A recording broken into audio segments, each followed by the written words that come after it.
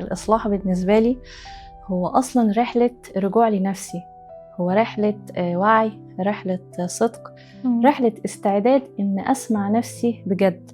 الإصلاح مش معناه إن إحنا بنغير نفسنا عشان نبقى كويسين في نظر الناس، لكن عشان إحنا نعيش السلام ده مع نفسنا. الإصلاح مش معناه إن أنا بفضل ألوم نفسي وبجلد ذاتي على كل حاجة، لكن الإصلاح معناها إني بكون إنسان صادق مع نفسي، بشوف نفسي بوضوح وبخلق لنفسي مساحة أقدر أسمع فيها كل الأصوات اللي بتحصل جوايا.